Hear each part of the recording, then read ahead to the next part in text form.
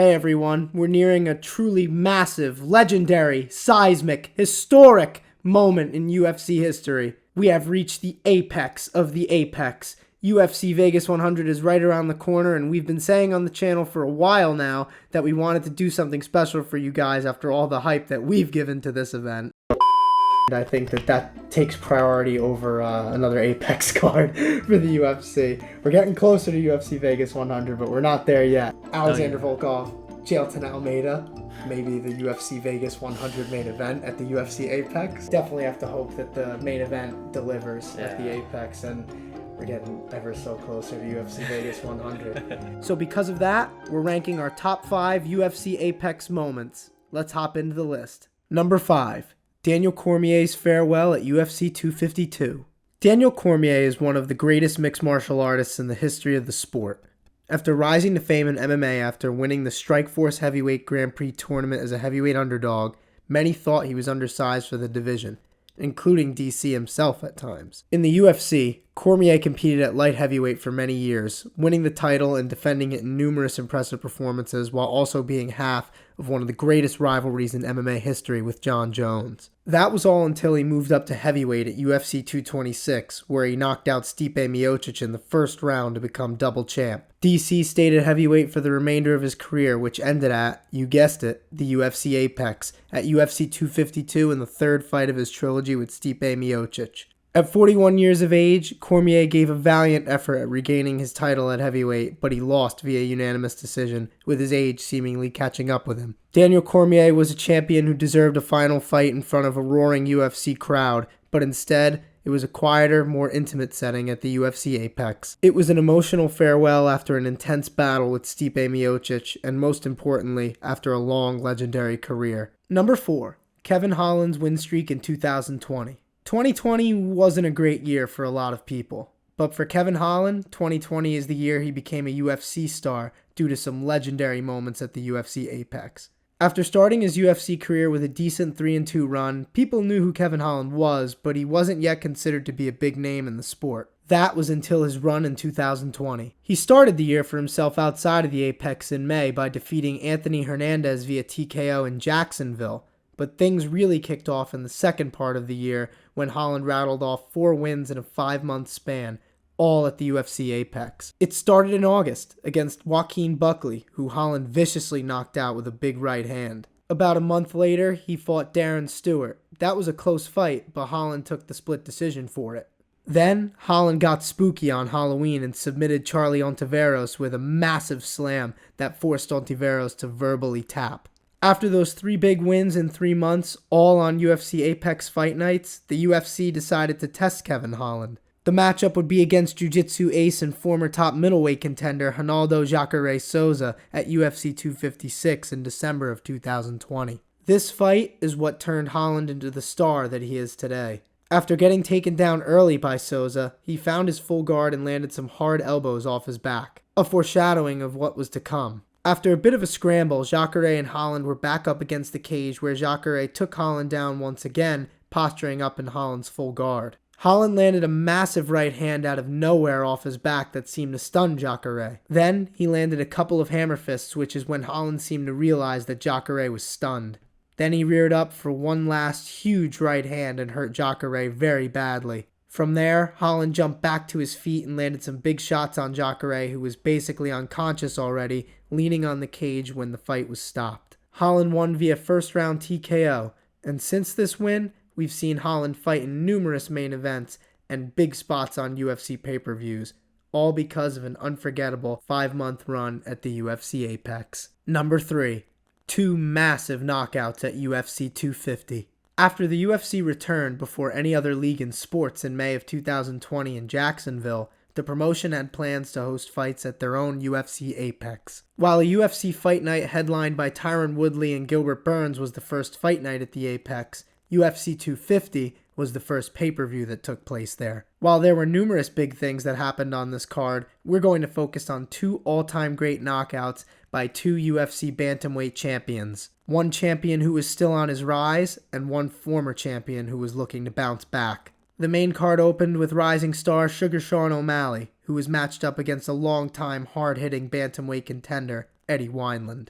The speed difference was apparent early, with O'Malley landing numerous creative punches and kicks throughout the first minute and a half. After a couple of powerful body kicks and a huge left hook, Wineland still managed to keep the pressure on O'Malley, who remained calm as he feinted his right to the body and then landed a massive right hand over the top and knocked Wineland out cold, in arguably the best knockout of that year. The other KO of the year candidate? Well, that happened only 3 fights later in the co-main event. After a 3-fight losing streak, former champion Cody Garbrandt was looking to re-establish himself at 135 pounds against Rafael Assunção. After an impressive first round, Garbrandt continued his momentum in the second, landing his signature heavy hands as well as some nice leg kicks. At the end of the second round, Garbrandt found himself with his back against the cage as the final seconds winded down. It seemed like both fighters paused, maybe just waiting until the bell. But then, Garbrandt loaded up from the hip and landed a huge right hook that sent Assunção crashing to the canvas out cold with only a second left in that round. Sean O'Malley and Cody Garbrandt were in 2 different places in their careers at this time,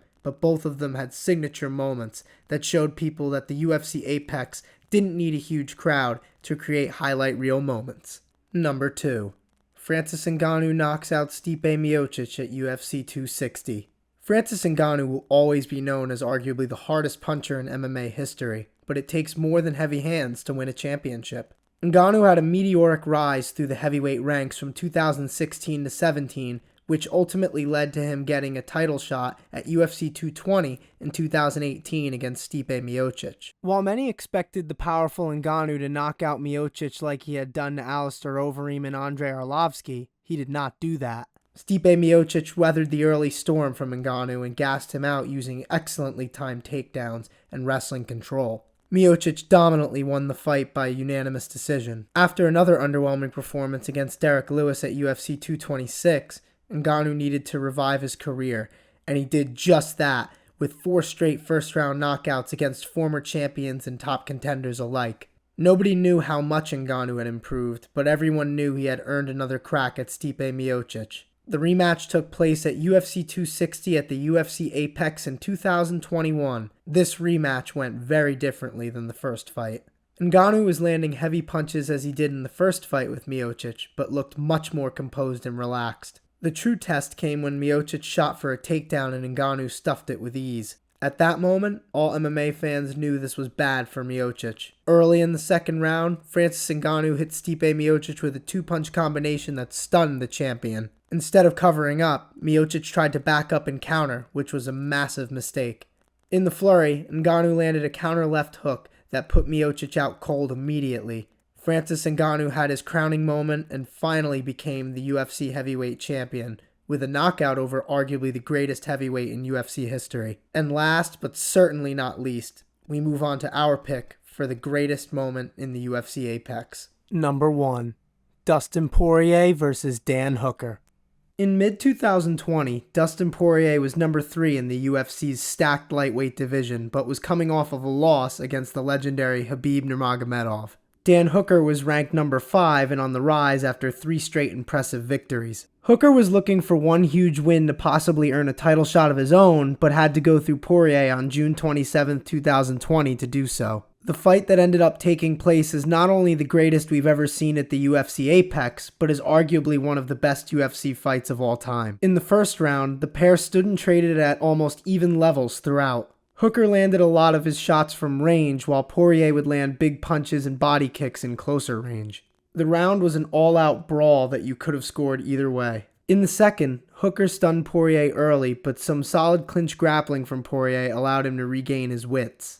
Towards the end of the round, Poirier hit Hooker with a big shot and Hooker responded with a barrage of punches that hurt Poirier badly. The second round ended with Hooker raining punches and knees down on Poirier. Like the first 2 rounds, the third started off as an all-out war once again. The work to the body by Poirier seemed to be paying off though, with Hooker's volume starting to slow. Hooker shot a takedown right into a guillotine attempt by Poirier, who wasn't silly, and indeed jumped the gilly, but Hooker managed to shake out of it and get some control time. The fight returned to the feet where Poirier landed more big shots on Hooker to end the round. In the fourth, Poirier pushed forward more than he did in the previous 3 rounds, but both men were landing massive shots. Hooker continued his attempts at grappling, but with little success. Poirier scrambled well and even attacked for some submissions. Eventually, though, Hooker managed to maintain a dominant position and ended the fourth, hitting Poirier with some vicious ground and pound. With the fight looking close heading into the fifth, both men had to fight through severe damage and exhaustion to win the final round.